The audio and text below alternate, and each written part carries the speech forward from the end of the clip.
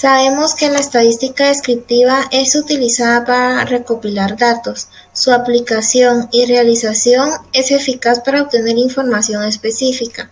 Por tal motivo, mis compañeros Lourdes Orozco, Andrea Pamela Estrada, Kevin Josué Barrera, Mayra Alejandra Cordón, José Juan García Carrera, Sherlyn Berenice Rodas, Madeline Leonardo y quien habla Ana Laura Herrarte, hemos trabajado en equipo para ampliar esta información. ¿Cuáles fueron los principales cambios que tuvieron los estudiantes en relación al peso durante el confinamiento?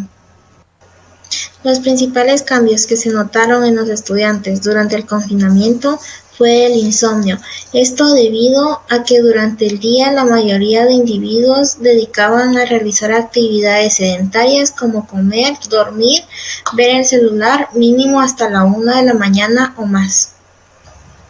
Y el cansancio. Esto se debía más que nada por no dormir las horas requeridas o a veces no se dormían y durante el día no comían los macronutrientes que necesitaban para mantener su energía estable. Mi nombre es Andrea Pamela Estrada García. Me identifico con número de carnet 2022-06868 y continuando, se representa en la gráfica las variables de práctica deportiva y otros. Como podemos observar, se representa la gráfica de las variables de práctica deportiva y otros síntomas. ¿Qué es una variable? Una variable es la herramienta que representa una característica de estudio y esta puede tener un cambio. El cambio es representativo de forma numérica y como podemos observar en nuestra tabla, práctica de deporte está frecuentemente, ocasionalmente y nunca, y en otros síntomas tenemos insomnio, cansancio, cefalia, irritabilidad y mucho sueño. Información representada en los gráficos con las medidas descriptivas. En la práctica deportiva encontramos que la gran mayoría realizaba actividad física ocasionalmente, con una cantidad de 33 personas. En segundo lugar, podemos observar que 13 personas nunca realizaron deporte y 9 de ellas realizan deporte frecuentemente. Entre sus síntomas encontramos que la mayoría presentó cansancio, insomnio e irritabilidad, 5 de ellas con demasiado sueño y 4 con dolor de cabeza. Continuando con lo que dijo mi compañera, se realiza la gráfica en cuanto y conforme a nuestro cuadro. Esto es para obtener las medidas de posición, la cual ocasionalmente nos da un resultado de proporción. Ocasionalmente nos da un resultado de 0.584, frecuentemente de 0.169 y en nunca nos da de 0.245, lo cual en nuestro porcentaje nos da en ocasionalmente un porcentaje del 58%, en frecuentemente un porcentaje del 17% y en nunca un porcentaje del 25%. Continuando con la razón ocasionalmente nos da un resultado de 58, en frecuentemente 17 y en nunca 25. Buenos días, licenciada. Mi nombre es Kevin Barrera, con número de carnet 2022-07136. A continuación voy a presentarles el problema 2. En el problema 2 se ejecuta una presentación tabular respecto a una variable que en este caso es la estatura. Primero sacamos los datos, los cuales serían el rango, número de intervalos y la amplitud. Para poder comenzar con la tabla, ciertos valores que nos sirven de esta tabla va a ser los principales para la interpretación final.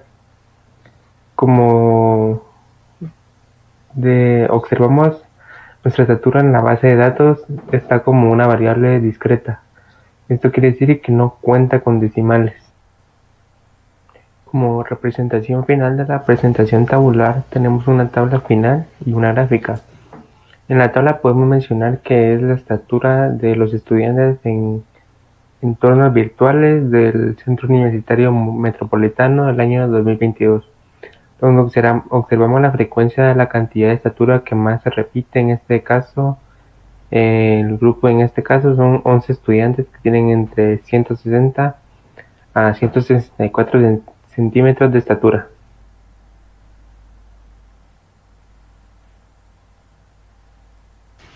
Hola, ¿qué tal? Mi nombre es Lourdes Orozco y en esta ocasión les vengo a presentar lo que es el problema número 3. En este se desea estudiar la relación del peso y la estatura, utilizando la información que se presenta en la base de datos de educación en entornos virtuales, la cual pues ya les fue presentada con anterioridad. Utilice los primeros 25 datos de la base, desarrolle los cálculos necesarios que permitan describir la relación entre las variables, como también presentar el tipo y la magnitud de relación que exista entre ellas. Y también debidamente debemos de presentar procedimientos y las interpretaciones correctas. Entonces, para la resolución de este problema, se nos es solicitado encontrar la correlación lineal entre una variable y otra. En esta ocasión tenemos que X es peso y Y es estatura. Y al tener una tabla de valores, a partir de ella podemos encontrar una ecuación que relacione a la variable Y con la variable X. Y también encontraremos el coeficiente de correlación lineal. Como primer paso, desarrollamos una tabla a partir de los datos que ya nos habían brindado. En este caso, pues solo se nos permitió utilizar los primeros 25 datos con los datos de X y Y. Luego se realizaron 3 columnas más donde multiplicamos a X por Y, otra con X elevado al cuadrado y Y elevado al cuadrado. Y pues luego se suman todos los valores de las columnas que construimos. Como siguiente, pues se procede a operar según las fórmulas, las cuales convertimos en números reales. Pues como primer paso realizamos B. En este caso B nos indica la dependiente de la recta, que nos dio un total de 0.2801. Luego de haber obtenido este total, podemos realizar lo que es A, que es la ordenada al origen, que nos da un total de 124.8062. Y por último realizamos R, que es nuestro coeficiente de correlación, que nos da un total de 0.6318. Entonces, la forma en la que lo interpretamos es que el valor del coeficiente de correlación tiene una correlación moderada positiva entre las variables al obtener un valor de 0.63. A continuación se les presenta lo que es un diagrama de dispersión. Pues nos basamos en la gráfica. Podemos observar que se trata de una correlación lineal positiva. La gráfica nos muestra que no hay una correlación tan alta, pero que tampoco es tan dispersa, porque si trazamos una línea recta, los puntos no están tan distantes a ella. Soy Mayra Alejandra Cordón Quinteros y me tocó el inciso 9. Aquí nos dice que tenemos que determinar la relación entre las variables analizadas y presentar un ejemplo de predicción e interpretarlo. Relación entre variables. Según la tabla de valores para interpretar R, la correlación o relación entre las variables analizadas es moderada positiva. Un ejemplo de predicción sería ¿qué peso se espera que tenga un estudiante al cual se le determinó 180 de estatura? En la interpretación de predicción hicimos una ecuación de regresión para predecir, el cual nos dio un resultado de menos 18.026. Muchas gracias por su atención. Mucho gusto, yo soy José García y seré el último expositor en esta presentación.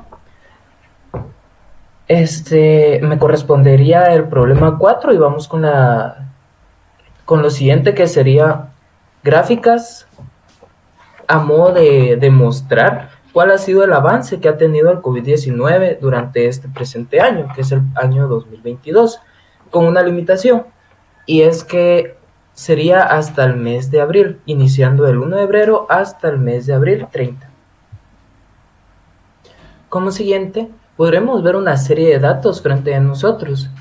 Estos datos son proporcionados por el Ministerio de Salud Pública y Asistencia Social, los cuales podremos disponer en su página tablerocovid.mspas.gov.gt. Como primer dato podemos ver que aparece en gris un NA. ¿A qué se debe este NA? Son datos no disponibles, que no aplican según el tipo de información que recopila la página.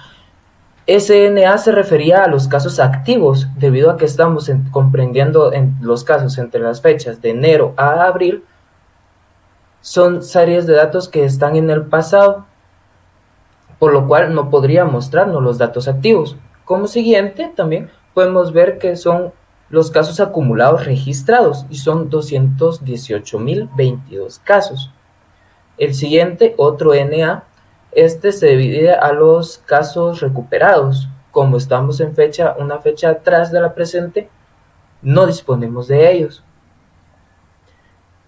Nuestro siguiente sería casos fallecidos registrados.